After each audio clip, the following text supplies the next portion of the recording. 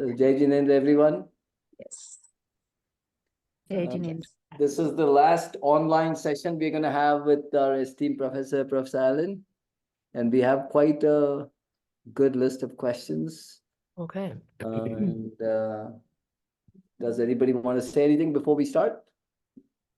Okay, so without much delay, let's start. So first question we have from Sulek Jain from Delhi. And he asks, the mantra, while enchanting according to the correct pronunciation and with uniform rhythm consistency, gives concentration and peace of mind. Erases negativity in body and mind. It is a marvelous meditation, dharma dhyana for Vairagi saint. Vairagi saint. One gets the fruit of mantra jap immediately when in concentration. That is eternal unconscious stage of mind, along with purity and self-detachment with external world in total to have moksha. Not possible in this Panchamakal era. What are your favorable views on above my thoughts? Except Naukar mantra, which mantra is best for eternal salvation in the present time? That's a great question. I think Nokar mantra is always the answer. That's the one to go to.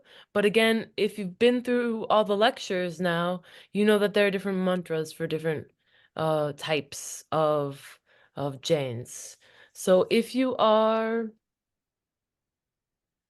but you know what? That isn't necessary. Those aren't necessary. So if you are an upadhyay, and you're a Shvetambara monk, you will get the Vardhamana Vidya upon your promotion to the rank of upadhyay, and you will have to recite the Vardhamana Vidya daily, 108 times every day.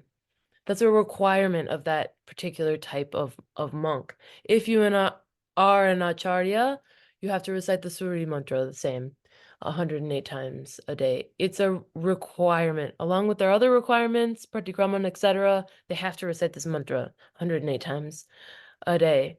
The question is that required for, well, that relates to the question last week, by Pramodji, I think you asked. Yeah, are mantras a necessary component? Someone asked. A necessary component of the path to liberation. I don't think that they are a necessary component to the path to liberation. So with respect to mantras that create eternal salvation, ultimately you cannot get eternal salvation just through mantras. But the Namakar mantra is a good place to start. I'm not sure if that satisfactorily answered this person's question. This person seems convinced that the Namakar mantra is the way to go. So I say keep going with that. Okay. So the next question is from Siddhayani Deviji, and she asked the question, why is Padmavati ji is so prominent where she is only the Yakshini of Parshvanatha? Who was Great the question. Yakshini of Mahavira, and how do Jains treat her? Oh, sorry. I'm sorry. I got distracted. Could you repeat that question? Because it's a great question. Yeah. Why is Padmavati so prominent while she is only the Yakshini of Parshvanatha? Who was the Yakshini of Mahavira, and how do Jains treat her? Yeah, that's the question. Does anyone know off the top of their head who the Yakshi of, I think that's telling that I don't know off the top of my head. Off the top of my head, these are the Yakshis I know. Ambika, because she's quite prominent, right? Rishabhnath's Yakshi. Oh no, sorry, that's Naminath. Naminath's Yakshi. Chakreshwari is Rishabha's. Chakreshwari, I think, is somewhat prominent. No, not really. No, I would think Ambika, Saraswati. Saraswati is the Yakshi of one of them, Lakshmi. Is this true? This is a great question. Why is Padmavati so popular? Everyone knows Padmavati, right? Okay, Srini, please help me out. I need to hear from people who worship daily, the ones you definitely know, and the ones that you're like, oh, I'm not really sure. Yes? Okay, all the 24 Tirthankars have their respective Yakshan, Yakshinis, and Siddhayika is for Mahavir Bhagwan. Siddhayika, thank you. Okay, would you say that And if you know the Shantikaram Stotra, all the Yaksha and Yakshinis of all the 24 Tirthankars are mentioned in Yeah. each within the, so, but Padmavati and Parshvana, Padmavati Devi and Dharnendra Dev, they are more famous because Parshvanath Bhagwan is very famous and people worship a lot to him. And it's to do with his previous, it's to do with the karma he bound, the fame karma, when he was in the heavens before he became Parshvanath Bhagwan. So that's as far as what I know. Okay, yeah. I think this is a great question though. So you think it's about the karma he bound. That's why Parshvanath is so popular. Parshvanath Bhagwan bound a karma called Yashnam karma, which is part of Nam karma. So Yeah, that's why, because in his previous birth, he was in the heavens, in the Devlok, and he attended 500 Kalyanaks of Tirthankar Bhagwans in the universe. And he did it with so much devotion. So he bound that karma. And that is why Parshvanath Bhagwan is also worshipped a lot throughout the world, amongst Jains. Okay, that's an interesting question. Historically, I'm wondering why certain Tirthankars rose to prominence. And it seems that because some Tirthankars, and again, you need to correct me if you're wrong, some you see a lot, temples too, and they're well known, whereas others, Ajitnath, I don't know. I'm thinking sort of Vasu Puja. There are some, maybe you don't know a lot about. Whereas others, I would say, and again, correct me if I'm wrong, Rishabhnath, I think, Neminath, Parshvanath, Mahavira, these are big ones that everyone knows. And then the question is why? Nami was linked to Krishna, so that makes sense. Like historically, that he would be, Krishna is a prominent deity in Hinduism, so it makes sense that he would be, he would rise to prominence. Maybe the sort of the iconography of Parshvanath is distinct with the serpent hood. Of course, Suparshva also has that, but Suparshva isn't that popular either. So maybe it is about this karma he bound in a previous life, but I'm not sure historically why certain ones rose to prominence.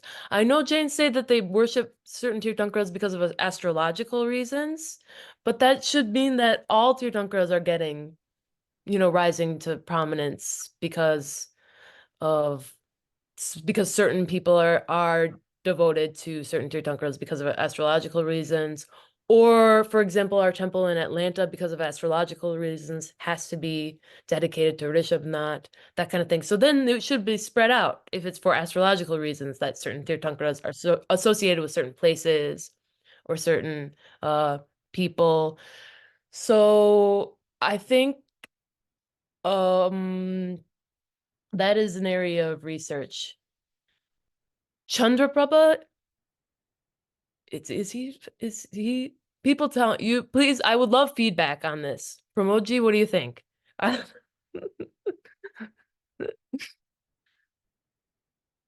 I think you're muted. I think you're muted. If you think of temple structures, right? Every temple, there's typically 3 deities or 1 deity or 3 deities, and it's always the same, right? So You're saying it's always kind of Mahavira, Parshvanath, Rishabha or something, or is that Rishabha is what you're always saying? in the center, right? Always in the center, right? Often. I'm saying often. I'm Often not in the center. like, Yeah, obviously there are a lot of exceptions, but yeah, there are some that are quite often depicted. yeah. And is it maybe linked to popular pilgrimage sites? Like Shatrunjay is so huge. So okay, Shreni, I think you have some answers. You have some answers. Okay, sorry, Pramodji, if I can correct you. Normally, when a temple is built, the way we name our kids in the Indian culture, when a child is born, they look at the time and all that, and then they'll give you certain letters to name a child. In the same way, when a temple is built, you have to ask an Acharya Maharaj, and they will normally give you the Tirthankar, which is correct for that place, and that Tirthankar will be the main idol. And then the side idols can be any other idol of any other Tirthankar Bhagwan. Okay, right. So that's So what I was saying astrologically. But I Astrologically. said it doesn't make sense then that some are so much more popular than others if actually But, astrologically that happens. yeah, and then the five main which are very popular are Rishabh Bhagwan, because he started this time cycles, he started the religion. And then Okay. there is Neminat, and he's famous first of all because he left his wedding. Basically, he Right. walked away from his wedding and from the Popular Brahmacharya narratives. Vrat. Popular narratives, Yeah. yeah. And there is Shantinath Bhagwan, the 16th, who he in Okay. his all his previous lives, he was an extremely peaceful soul. So you never find any incident, if you read about his lifestyle, where he's had any kind of conflict with any soul, basically. So he's the one mostly people pray for peace. Then there is Parshvanath Bhagwan, and as I said, for the Yash Nam Karma, from what I know. And then Mahavir Bhagwan, because he was our last Tirthankar, and we are all under his lineage, basically. So those Right. five are Okay, Shanti. Yeah. Yeah, Shanti. I forgot about Shanti. Yeah, I think because of pacification, Shanti writes for peace. Yeah. That's So they've been linked. Okay, so they've been linked to certain rituals, and because of that, or certain famous narratives that are often depicted on temple walls and things like this with Neminats and his leaving the marriage. And because of that, maybe they've risen to prominence in that way. I'm thinking just historically, yeah. And I think Padmavati is part of that popularity of Parshvanath because she was, and There because is she that, became. if you know from Parshvanath Bhagwan's life, where Padmavati and Dharnendra were snakes being burnt alive, and where he chanted the Naukar mantra. I don't know if everybody knows the story, but I think there it was was in a lecture yogi. six of this class. Yeah. Yeah, so that's why they're well known. And then in his own life, when he was meditating and he had some problems, they came to save him from all that rainfall and all.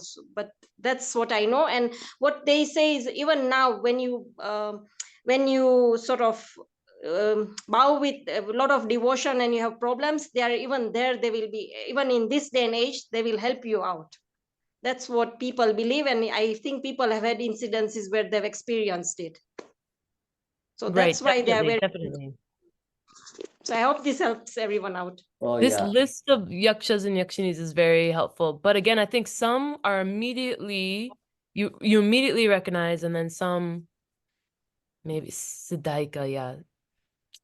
Should have known You off have the to top know of my head. all of it, then you would know.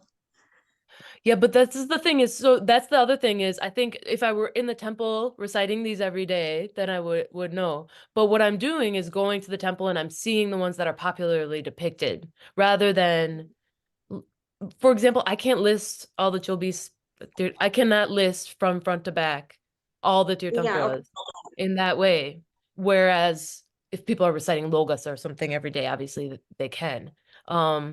So yeah, I think it's an interesting question. Why are some much more popular than others? Someone should write There is a. quite a number of temples. Chakeshwari, you'll find her statue in quite a number of temples as well. Yeah, exactly. Yeah, you're right. And then she has that really prominent shrine at Shatrunjay too. I do think that my hypothesis is if there's a very popular pilgrimage site associated with the Tirthankar also, that can help propel these. Slightly different question, maybe I don't make sense. There are certain families who have also Kuldev and Kuldevis, Yeah. right? Yeah. How do those come about? Oh, I know. That's a great question. And then they're linked. So Padmavati was supposed to be in Karnataka, a Kul Devi. Yeah. And then she sort of got linked to Parshva, and then rose to prominence in Jainism. So she's sort of a South Indian Kul Devi. And that's a story of a lot of Kul Devis. They're sort of local deities of families that then get linked to a larger narratives. How do they come about? I think this really depends on the situation, because they're so local that each story is so different, and then they became linked to larger Like a Kul Devi will be, oh, she's really Durga. She's really one of these major goddesses, but their original stories are very, very local. Again, I'm quite interested in those stories. Reniji, yeah. So can I help out? Well, Kul Devi is the Devi or the Dev that protects your family and your clan, basically. And here in Nairobi, like we have every year we have a day when it's dedicated to all the Kul Devis. And they normally, it depends on your surname and which part of India you come from. Like I'm an Oshwal and we come from the Saurashtra. So normally they'll have your surname them and then you'll know who your Kul Devi is. For example, Momaima or Sachaima or Chakeshwari Ma or whatever. So basically it's a Dev or a Devi that protects your clan. And in India, as far as I know, and I've been to Kutch, where our Kul Devi is, they have places of where they are based, the original place, and you're supposed to go and pray to them and maybe donate food to the people in the villages and do stuff like that. I can say to your question, Pramodji, there hasn't been a lot of work on the history of these Kul Devis, but there's, I think, one article in English on Sachaima by Alan Babb called Sweetmeats or Corpses. And actually, it's about the conversion of her from a goddess who's offered meat to a Jain goddess. So there's a lot of interesting stories. It's called Sweetmeat. I don't know. I can only direct message on this. Yeah, can you send it? Can you send it to me so we can then, yeah, I would be interested. Yeah, in but that would be, I would love more. And there's literature on Padmavati as well. And Yeah. there's a good article by John Court on Jain goddesses as sort of an intro. It's a little old, from 1987, I think, 1989, but it's got a lot of good footnotes that can send you places. But then like a specific history of a Kul Devi and in her interesting story of how the Jain community adopted her and argued that no, she doesn't eat meat, is in this article by Alan Babb. I would love to, for whatever reason, I can not message everyone in the chat right now. Should I? Just send it and Smitaji or I will. No, I'll make, sorry, I have not made you co-host. Yeah. Oh, I see. Oh, okay. Oh, thanks. Okay. Oh, okay. So if I can, should I just write it in or I can email you the article. Okay. It's in a volume called Open Boundaries. Yeah. Wait, now I can't find the chat. Okay, anyway. Yeah. Okay. It's called Sweetmeats or Corpses. Yeah. Great topic. So we'll move on to the next question now. This is from Pragya Jain ji. And the question is, how are chakras related to Padastha Dhyana? How far back can we go about this relationship in the textual history? Can be dated previous to Hemachandra? Okay, yes. Is she here? Let me see. Oh, yeah, Yes, okay. yes. Yes, because you emailed me about this. Okay, yes. Okay, so in the lecture, I go over this. The second to last chapter of my book goes, so the question is, Padastha Dhyan, this category of Dhyan that develops in these medieval texts, that's meditation on the syllables, the padas. That's a type of dharma dhyan, or virtuous meditation that destroys karma. Yeah, can we date it to before Hemachandra? Because you're working on Gyanarnava, is that what you're saying? You're working on Shubhachandra's Gyanarnava? Yes, exactly. Yeah.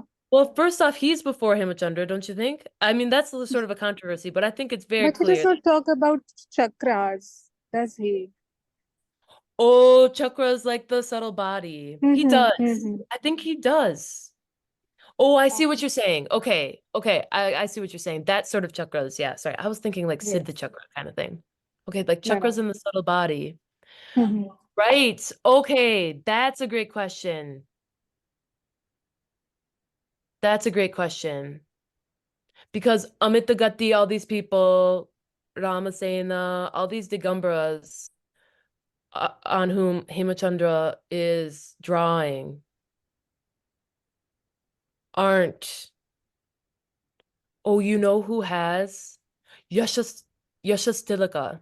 Somadeva's Yashastilaka. Do you know this? He Yes, has. I know Yashastilak Champu. So that has some discussions of All right. chakras.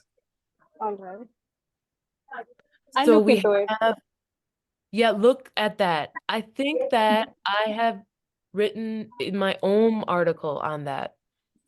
But I think you look at that, look at his discussion of Om. Okay, I'll do that. Somadeva's discussion of Om, he definitely has chakras there. Because he's definitely influenced by Shaivism and is drawing on that, I think. So you have Digambara, you're right. But that's a great question. Is Hemachandra innovative? Is that basically what you're asking? You're saying Hemachandra is definitely drawing on these earlier Digambaras, but he's innovating in terms of the Yes. chakras? So Yeah, because Jnananav definitely. and Yogarg and other texts like Shravkachar's, they do not talk about Definitely. chakras. They're talking Definitely. about the mantras and the anahat and everything, but not the Yeah. chakras. Definitely. I think you're definitely right. And Somadeva only briefly mentions it. I think you're definitely right that that's Hemachandra's innovation. All right. Thank you. There's another question from Pragyaji. What's the meaning of Om with Bindu and without the Bindu? Okay. Okay, so if you look at the Arihanta Academy, okay, so that was my lecture on Om. Is this your question about the Arihanta Academies Om with the Yes, no, I listened to the lectures, the dots above it, videos the that are triangle and uploaded. Yeah, Mhm. so they are talking about Om. Shubh Chandra in Gyananav says at one place that if you want the worldly material, you imagine the Mhm. Om with Bindu, otherwise without Bindu. If you want the moksha or something like that, you look for the Om without Bindu. Have you heard it somewhere else? Have you read it somewhere else as well?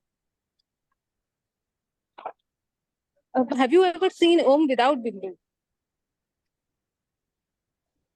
No, but I love that question because he has those meditations where sort of the seed syllables dissolve, you know, where he says like there's an anahat and then it goes away. When he describes Hreem, like and Ardham, like the meditation on Ardham, when you sort of you like, yeah, imagine them disappearing. So that kind of relates to those sorts of meditations is imagine the syllable with and without components. So I haven't seen that, but it fits with, yeah, because Hemachandra doesn't say that, right? Hemachandra doesn't say that. No, Shubh Chandra is saying that only at Yeah, one exactly. place. What I'm That saying, because imagine, Hemachandra's taking a lot from Shubhachandra, yeah, but yeah, Hemachandra doesn't take that from him with the no, Om, because you asked, have no. you seen it elsewhere? And I think precisely because Hemachandra doesn't take it, it doesn't take off. Like when Hemachandra draws upon Shubhachandra, then it can influence, especially amongst Shvetambras. But the stuff that Hemachandra doesn't draw upon with Shubhachandras, I don't know if it became that influential. I haven't seen it. I haven't seen it. Okay, you haven't seen Om without a Bindu, right? No. Have you? All right. No, I have only read one verse. I will email it to you. Send the verse to I know exactly. I know what you're talking about. I know what verse you're talking about. Yeah. But I haven't seen it without a bindu, no. Okay. I thought you were talking about the bindu that is sort of a moon and then a bindu and then a triangle on the top, which you see a lot in Yes. Jain art. And then you do read about in these medieval texts about meditations on Yes, these yes. components, which is very interesting and very Jain, like a very Jain way of depicting these. So And if there you is a look at the Bindu Arihanta and Academy, sorry, there is a go for it. Bindu and then there is a triangle on top of it, above the Bindu. Yeah. Like look at I want to bring up the Arihanta Academy logo. I'm gonna Google it right now. Yeah, so this right here, maybe I can share screen. So this is from Acharya Sushil Kumar. I share screen here. This is from his sadhana mandir in Delhi, just on the wall. So this is the main. Do you see how there's two dots? There's the half moon and then there's two dots on top. Yeah. There's a bindu and then a nada. And then there are these meditations where you sort of imagine them disappearing one by one that are described in the text. Yes, here as well. So this is Ardham in the middle, and there's a bindu and a nada. So you see that. Interestingly, yeah, so this is the Arihanta Academy's logo that was taken from Acharya Sushil Kumar, but I guess the triangle was removed for the Arihanta Academy logo. All right. I think, will you just keep this image for a little while here? Parveen Jain also was talking about this, and he said that these refer to what? Samyak Darshan Gyan Charitra or something else? Yeah, is that what Acharya Sushil Kumar says? Yes, yes. Yeah, I think so. That's his interpretation. That's his modern interpretation of that. So that's very interesting. I haven't read that in pre-modern texts, that it refers to the three jewels. But that's a cool interpretation because it's very Jain. You don't see these three, the bindu with the triangle on top, the Chandra bindu plus a triangle. I think that's very Jain. You're not going to see it in other representations of, because you see it with Hreem up top, and then you see it with Om in the middle, the three, and then you see it in Ardham as well. So to interpret it as the three jewels, I like that interpretation because it's a very Jain interpretation, and this is a very image. Okay, should I take this down? I feel like maybe we're getting too into One more thing.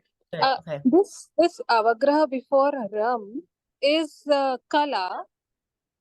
What is Yeah. Kala? Just means line, I think, right? Which line? I think it means avagraha. Are you saying in the text? No. The word Kala. Yeah. Kala represents what symbol here? What sign here? What verse are you talking about? How do you draw Kala? Okay, yeah. So let me scroll. I think it depends on the text. That's why I'm asking which verse, because it's not always clear what line they're talking about. Oh, here, like this. Oh, okay. For example, so this I have. So this is okay. So this is from Mantra Raja Rahasya, the description of Om, and it says Indukala, the line. Okay, so I think, and then there's the long line. And I think and so you have to interpret like what are they talking about, the long line and the line with Om. I think there's two lines here. The long line here like this, and then the line up top. But so that it depends on what verse you're looking at where Kala is. Okay, Indu means Chandra, Indu means the moon. So the crescent sign is Indu Kala. That is understood. Right here. And then the long line I think is the long line I think is this one. Okay. That makes So sense. then there's the top and then there's the triangle and then the circle. I'm sorry, So have you shared this PDF with us? I think it was on the readings. It's the Om. It's called When Sound. It's Googleable. When Sound Becomes an Image, picturing Om and Jainism. Yes, Yeah, it's so there. It's there. So I try to I would love your feedback on it because I tried to, these verses are crazy to read. Well, you know, it's like there's the line and then the long line and then the circle and then the triangle and whatever. And what are they talking about here? So sometimes it's difficult to understand, but they are describing a circle, a triangle, a top, and then the Chandra probably, and then the long line. So I don't know if I can answer your question, Kala. What does that mean? Because it means something different depending on the verse. I think Kala means Chandra Kala only. The Where? line What? Kala, But where? Shubh Chandra, What verse are you talking about? when Shubh Chandra is talking about Kala, I think he refers to Kala before bindu. Oh, So it yeah, must that's be what the he's referring. crescent Oh, I shape. see. Yeah, that's what he's talking about. Yeah, I think. Yeah, that's what he's talking about. Yeah, Chandra. Yeah. Okay. Well, I think we just got way into the weeds. Okay, I'm gonna stop share. Yeah. Okay. But it Okay, is very thank you. difficult to read these verses. Yeah. So he says Kala, and then he says bin. Yeah, I have to read the exact verse, but it's probably Chandra. Yeah. All right, all right. Thank you.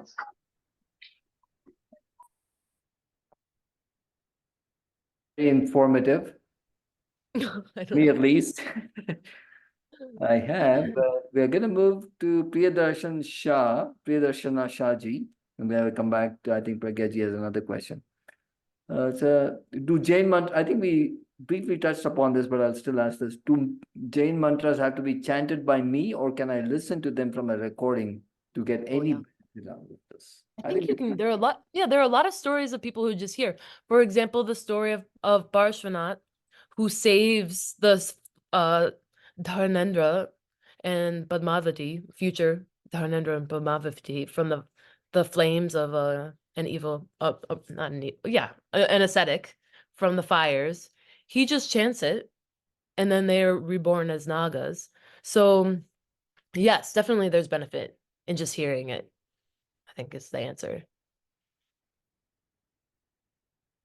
But yeah, if you read the Dhavala and whatever lecture that was on the Jain philosophy of sound, there's more benefit if you yourself say it, because it's about bhav and it's about, yeah. But if you have correct bhav and you're listening to it, definitely there are good effects as well. Thank you for that. I just wanted to ask, what if like you don't read Gujarati or you don't read Sanskrit and you mispronounce things when you're trying to chant yourself? Doesn't that cancel everything? So isn't it better to listen to someone who pronounces better? I think that is definitely what acharyas say to me. Like, it's better to just be quiet. Like, you just be quiet and have good bhav and like. So yes, I think I've heard that many times Okay, from thank you. acharyas. Yeah. Thank Also, you. often you say, like during Pratikraman and things, when I've been sitting through Digambar Pratikraman, you do mentally namokars. And I Yeah, think that no, they've encouraged me to do that basically. Even Yeah. though I am mispronouncing it in my mind also, but I don't think that it has the same effects. yeah. Because So it's about my good intention. yeah. I mean, since like I was a child, the Navka mantra has been drilled into my head, so I can say it. But there's Okay. occasion sometimes if I'm tired or whatever, I might miss a line. And so you see what I mean? Yeah. Yeah. Anyway. So, yeah. I was going to bring up Song of the Soul again, Acharya Sushil Kumar's book, because at the end he has, well, I'm sure you've seen other books like this. At the end, he has an equivalence between different syllables and the effects of the syllables. So Yeah. if that's true, then pronunciation is really, really important. Yeah. So Yeah. you don't want to mess it up. Yeah. I'll stick to listening. Thank you.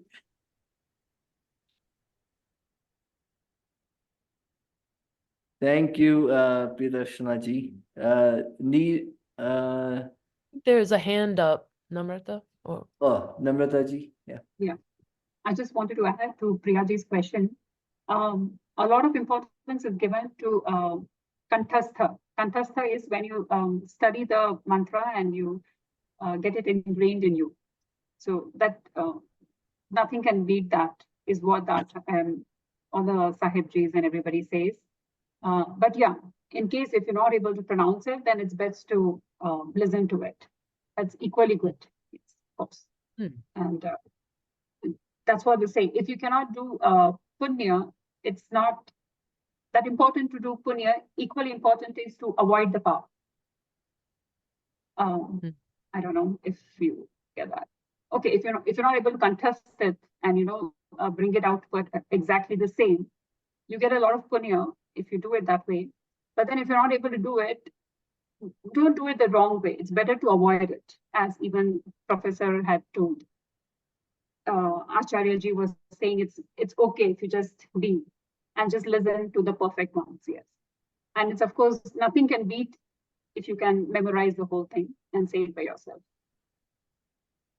That's about it. It's a good and nuanced point. Yeah. We have a question by Vasundhara Jain ji. Jain mantras related to Devis and Devtas.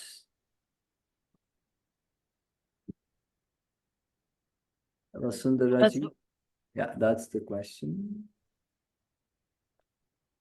Yeah. Are they related to Devis and Devtas, or are there any relationship between Jain mantras and Devis and Devtas? Oh yeah, so there are certain mantras that I'm sure you're all aware of. Maybe this is coming from the lecture on Padmavati and how Hrim is sometimes associated with Dharnendra and Padmavati and Parshva, and it's much more commonly in Jainism associated with the 24 Tirthankaras, but sometimes Hrim is associated with that goddess. And the goddess Lakshmi, aim. I have bowls and things with the Bij mantra for Lakshmi. I'm wondering if any of you have had seed syllables given to you for pronunciation for other or other deities. I guess Shri is obviously Lakshmi and Shrim. And I've seen sort of Shri yantras. I've seen Jains use Shri yantras. I've seen Jain acharyas use Shri yantras. So that would be, yeah, Lakshmi. And then aim, sorry, I said aim was Saraswati, yeah, for knowledge. Yeah, so I guess aim, Shrim, Hrim.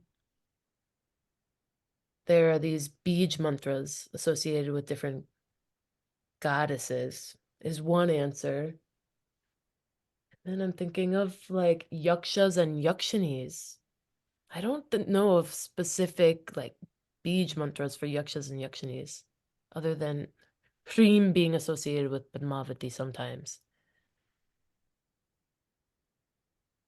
I guess they're like obviously stotras and prayers. But But those seem to be the three popular seed Bij Yeah. mantras.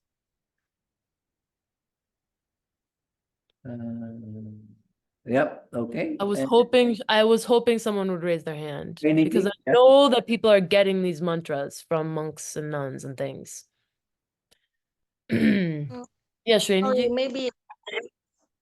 Yeah, for Padmavati Devi, there is one which when you do the pujan and people recite also, it's Om Padmavati Padmanetre Padmasane Lakshmi Daini Vanchapurni Riddhim Siddhim Jem Jem Jem Kuru Kuru Swa. So you do have mantras like this also for some of the yakshinis, but I don't know all of them. And I think it's only for certain yakshinis. That's what I know. Apart from the Bij mantra. Great. Thank you. Yeah. I wrote this article in can I find it? It was on different yantras to Padmavati. And yeah, they'll have those sort of generic, Padmavati yantra at the bottom. So if you see a yantra to one of these goddesses, they'll have something on them. Yeah. Yeah, and normally they normally do pujas on the yantras, and that's when they'll tell you to recite a mala. Yeah, exactly. But is So there they're one normally- that is Is there one that's so well known that everyone recites all the time, or that sort of thing? That's what I was trying to think of. Yeah, like there are tons of mantras to different gods and goddesses that are used in puja. But is there a famous one like the Namokar mantra for Ambika kind of thing? I don't know if I can think of that. Is that a thing? No. Okay, No, thanks. Thanks. Pragya ji had another question around how is the Anahat mantra designed?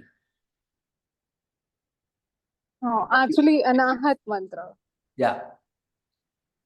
How is it designed? Right. It's this swirl around Mhm. seed syllables is anahat, the unstruck sound.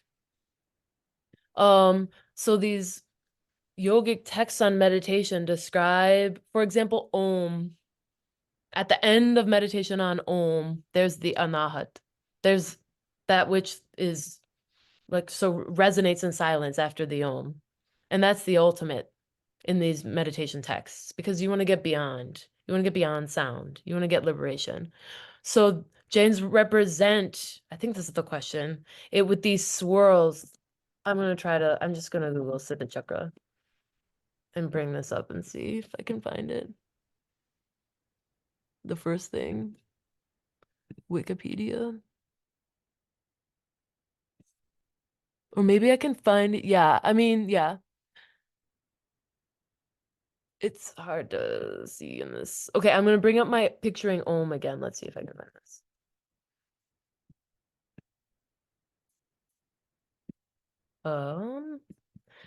But basically, the next time you look at the center of a Siddha Chakra, look for swirls around the Om. Should we ask another question while I look up this image? Am I still sharing my screen? No, okay. That would be embarrassing if you saw me searching for all these things. Okay. Siddha Chakra. Yeah. While you look up, we can ask another question. Yeah. I ask a question. Yeah, please go ahead. Yeah, I wanted to know, have you ever seen Raham? I mean, without a sound. So Arham, you were talking about Yes. Yes. Ra coming twice. So one up top Yeah. and Yes. one at the bottom. Have you seen Ram without a sound? Yes. Without a before it? Gosh, yes. How I'm do you not gonna be pronounce able to it? find the example, but I can share. Okay, this is a random thing I just found on my Dropbox from Siddha Chakra, Uh-huh. and I just searched my Dropbox for Anahat, and this is what I found. Okay, do you see how there's a swirl? So this is Om. Hopefully everyone Okay. recognizes that this is Om, and then there's this swirl around it. Do you see? Uh-huh. This is very Jain. The swirl around Om. First off, it's a very Jain Om because this is Jain Nagari of that actually is just Om. If this early modern Nagari that Jain, specifically Shvetambara Jains use in manuscripts, O is like this with the little oop up here and the 3 1 2 3 and then the Chandra Bindu. The Chandra Bindu is the ma. So this is O ma. Written out in Jaina Nagari. And then there's this swirl around, which represents the unstruck sound, the silence after the representation, after the recitation of Om. So it's a way of visualizing these recitations. And in doing so, I think there's a lot of power in these images because it's sort of, it is the recitation. We talk about, oh, is there power if you just listen to the mantras? Is there power? The next question is there power if you just see the mantra as well? This is a representation of that sound and the silence after the sound in with the swirls. So is there power in just taking darshan of that? Acharyas would say yes, absolutely. Hopefully that was a question. And I have seen it. There is a book I have seen just Ram. That's your question? With that. Yeah. Without the, I mean, yes. without a, but Ra up top, then her, and then Ra at the bottom. And I don't know how to pronounce it. Yes, I know. I don't know how to pronounce it either, but I have seen it. Are you asking because you've seen it? I have seen it in Shubh Chandra. I have seen it in Gyananam. Yeah. Are you asking if I've actually seen the visual representation of it? No, just read the textual thing. That's Oh, fine. I see. Yes. Yes. Yanarnav, and then I think Hemachandra picks it up also, or maybe not. Okay. Yes. So that's that article I have on Arham. which is Hmm. called Is the Mantra for a Liberated Soul Ardham or Arham? Mm-hmm. And I think That I I have just, read, that I've seen. yeah, You've yeah. shared. But I think that, no, I think you're right. I think that's a Shubha Chandra thing. Hmm. I've seen it visualized though in modern mantras. Yeah, I tried pronouncing these two things, Rahram, one, and the other is Shveem. There is one more thing, Shveem in Shubh Chandra. Yeah. All right. I think that, yeah, yeah. I don't know. I don't know. I don't know about, I don't know about those. Yeah, these combinations of syllables with sh at the beginning are So often and yes, sure. yeah. It's sure and then wo, half sure and wo. Yeah. Shveem.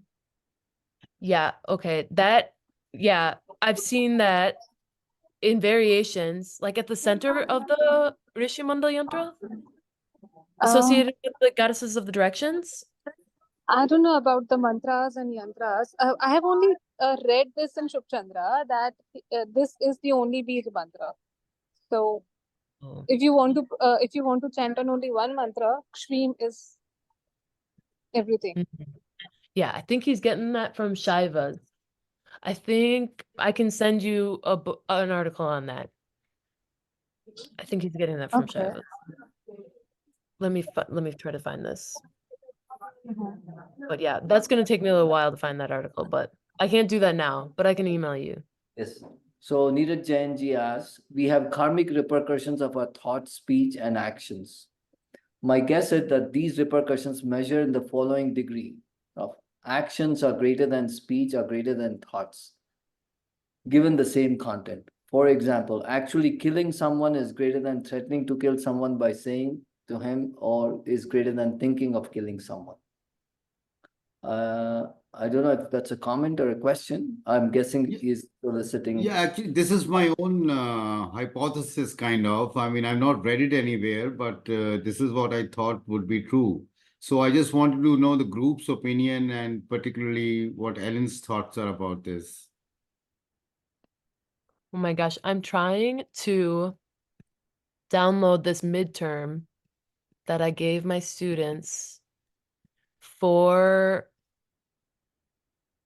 okay, let me share my screen here.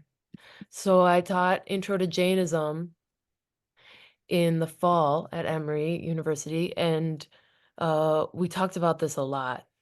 And so we read some scriptures on it, and then it showed up on the midterm. And so I can share my screen here. So this is the, okay, so this, and then I gave passages from the scriptures and they had to identify them. So the first one here says, this is from, I'll give you the answer to the exam. It's from the Sutrakatang Sutra. So this is a Shvetambara Anga, early Shvetambara text. And it's talking about wrong philosophers. And at the end, it says they praise their own creed and blame that of their opponents, and they will be confined to samsara. And then it says, he who intends to kill a living being, but does not do it by an act of his body, and he who unknowingly kills one, both are affected by that act through a slight contact with it, but the demerit in their case is not fully developed.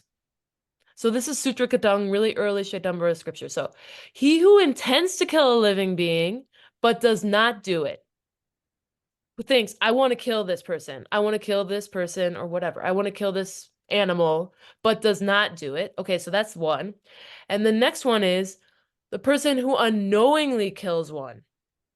So there's the person who thinks I want to kill this animal, but doesn't. And then there's the person who unknowingly kills the ant on the ground. Both are affected by that act through a slight contact with it only, but the demerit in their case is not fully developed. So in both those cases, if you think and do it, if you think about it and don't do it, or if you unintentionally do it, the demerit is not fully developed. You don't get, the answer is you don't get as much bad karma as if for the people who intentionally kill something. I'm going to kill. Was that clear? Was that helpful? Yeah, actually, that was not Your question. that. I mean, that kind of that was not really my question. I had actually read about this. What you are saying, Ellen, what you are reading out, I have read about that too. That just because you commit a sin unintentionally does not mean that there'll be no karmic repercussions of that. So that is something different. Here, what I'm saying is that are the karmic repercussions greater for actual deed than that for speech, than that for thoughts? Okay, so that's what I'm saying is, yes, that's what this scripture is saying, that their demerit is not fully developed if you Right. just intend to do it. This is the person who just intends to do it and doesn't do it. That means that if you do it, then your demerit is fully developed. Are you seeing what I'm saying? Like Yeah, I thinking think it is that- actually less karma, bad karma. Thinking is thought, you get less bad karma than Right, act. right. I So agree. okay, yeah. So what I'm saying is I support your argument. It's true. It's the scripture discusses this as well, that you do get bad karma for negative thoughts, definitely, but you Right. get less bad karma. It's not Right. fully developed. The demerit is not fully developed for he who intends to kill a living being but does not. People who Yeah. are thinking all these negative things, oh, I wish you were dead. Like that's very terrible and you shouldn't think like that. But Yeah. you will get less bad karma than actually killing. That which makes Right. sense. Yeah, yeah. So what you're saying is, actually, I read something very interesting on that on Wikipedia, and I will share that with in the group. That just because you didn't know about, just because you commit something which was not intentional, does not, Jainism doesn't pardon even that. I mean, if you do a bad deed unintentionally, Jainism doesn't pardon that. Yes. And yeah, so I'll share that paragraph with you all in the Jain Mantra group. I was trying to look through it right now, but can't find it now. But it's If you read, if you read the Sutrakritanga Sutra, it's been translated a million times, but it's on sacredtexts.com or something. Jacobi, the very early 19th century translation of it. This discusses that they're in dialogue with Buddhists who put who say that if you didn't intend, that intention is much more important. So if you didn't intend, there's a famous line in the scripture where they say Buddhists can mistaking a baby for a cake, the Buddhists can break their fast on it, like a dead baby, like that kind of thing. If they think that this human is a food product, Buddhists are fine to eat this human. The Buddhists can break their fast on it. That's what Jains are saying. They're insulting the Buddhists, basically saying. Whereas Jains are saying, no, you'll still get bad karma, even if you don't intend. right. Like yeah. So that is it. Sutrakritanga is a good place to start. I think the earliest discussion of that, famous discussion of that doctrine, where they're debating Buddhists and the role of intention. Oh, okay, I'm going to stop share now. Here we go. Tattvartha Sutra also talks about this as well. I think later in the midterm, they have to review that as well, like role of thought in karmic repercussions. Okay, there we go. Okay, so I think this concludes our 4 sessions we've had with our Dr. Ellen. I think this was very enlightening for me. Jain Foundation and Ellen, I've really learned a lot. I've been told this is the last live session, so I just wanted to thank you. I've learned a lot about Jain mantras, mainly because it's in English and it's accessible to me. I find it very difficult to find things in English. So thank you. So one thing, please go and look at Arihanta Academy's, Arihanta Institute's catalog of courses. There are many such courses, which are very enriching and something you'll find a lot of learning, like similar structure like these courses as well. So highly recommend that you go look at the Arihanta Institute catalog of courses. We'll post that as well. Ellen, any parting words for all of us? Oh my gosh, thank you so much. You mentioned that you appreciated that I could say, I don't know. I think that was because I'm very selfish and I wanted to learn from all of you. I spend a lot of time, reading Hemachandra or something reading like a 12th century Acharya, but I'm not going to the temple every day and I wasn't raised with these practices. So I just have so much to learn from all of you who have that knowledge. And so that's why I kept asking and I took so many notes on the things that you said. And so I hope that you continue to read my scholarship because you're going to pop up in it. Like you'll see yourselves in it, definitely, because I've learned so much from you. So thank you for this experience. It was really enriching and it brought up so many questions that I will continue to think about. I will think about for years and years and years and years and years and years and years as I continue to teach and then also as I continue to research. So thanks again for this opportunity. Thank you. Thank you so much, Jai Jinendra. Thank you Thank all. you, Jinendra. Thank you, everyone.